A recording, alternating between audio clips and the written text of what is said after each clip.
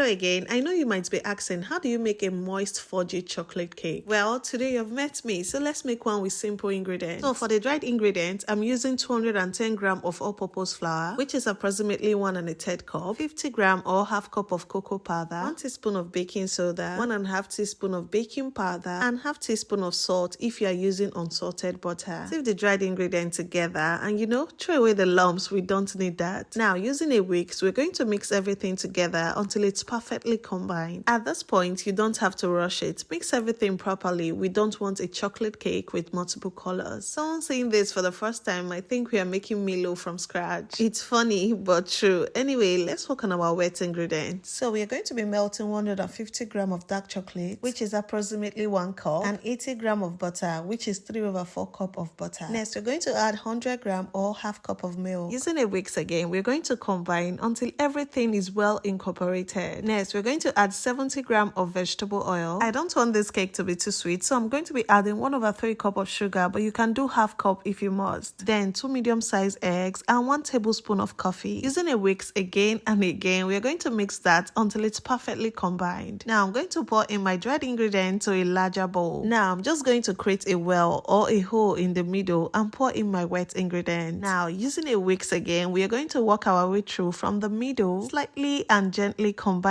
our wet and dried ingredients together. At this point, it already smells so good. Imagine the flavor of cocoa powder, coffee, and chocolate. But be careful now. At this point, you might end up consuming a tablespoon just like I did. At this rate, you should already be preheating your oven at 180 degrees. Just a sight of this, you already know it will taste yummy. Now, I'm going to grease my pan. I'm using this local pan that works wonders, and it's very good for beginners. All you just have to do is to spread your pan with margarine or butter. Then pour in your butter. Honestly, my loves, this looks so beautiful. Next, I'm just going to heat this pan on my working surface to make sure there is no air trapped, and use a spatula to smoothen the rough surface. Then we're going to bake this for 30 to 45 minutes at 180 degrees. While our cake is baking, we are going to quickly work on our chocolate frosting. In a saucepan on a low heat, I'm going to add 1 cup or 200 grams of whipped cream. I am going to heat that up until I notice some bubbles around the edges. Then I'm going to add 300 grams or 2 cups of dark chocolate. Next, I'm going to go in with half cup of butter and a teaspoon of vanilla extract. We are going to mix this until it dissolves. Remember, my love, we are doing all of this on a low heat. Don't rush it and don't turn the heat high. It's a slow process, but don't worry, we will get there soon enough. Everything about this cake smells so good. The frosting, the cake itself, everything looks so chocolatey, if there's any word like that. My love, if you're still watching at this point, that means you love this recipe, and don't forget to give me a thumbs up and click on the subscribe button. By doing so, you are encouraging me and also helping this channel grow. Now, mix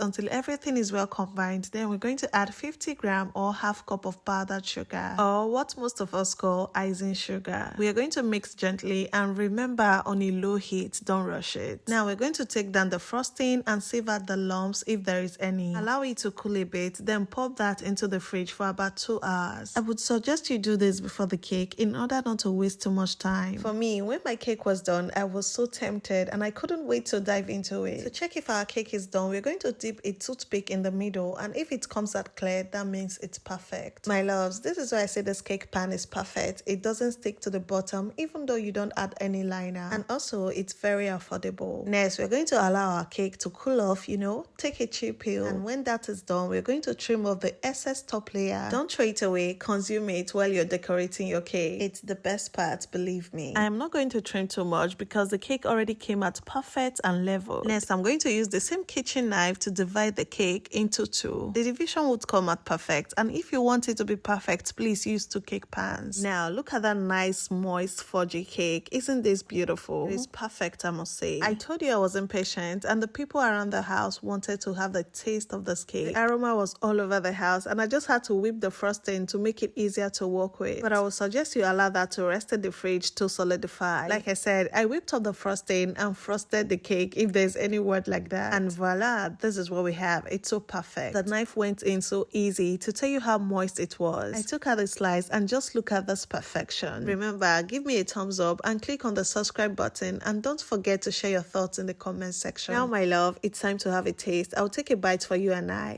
It's perfect. I can have this all day. But mama has to keep fit, so we're going to do this once in a while. And as always, remember, cooking or baking is an art, and just like all art, it requires practice and experimentation. If you don't get it right today, you definitely get it right tomorrow, so don't stop cooking or stop baking. So my loves, I'm going to keep posting more recipes to make everything more easier for you and I. See you on my next one, my loves.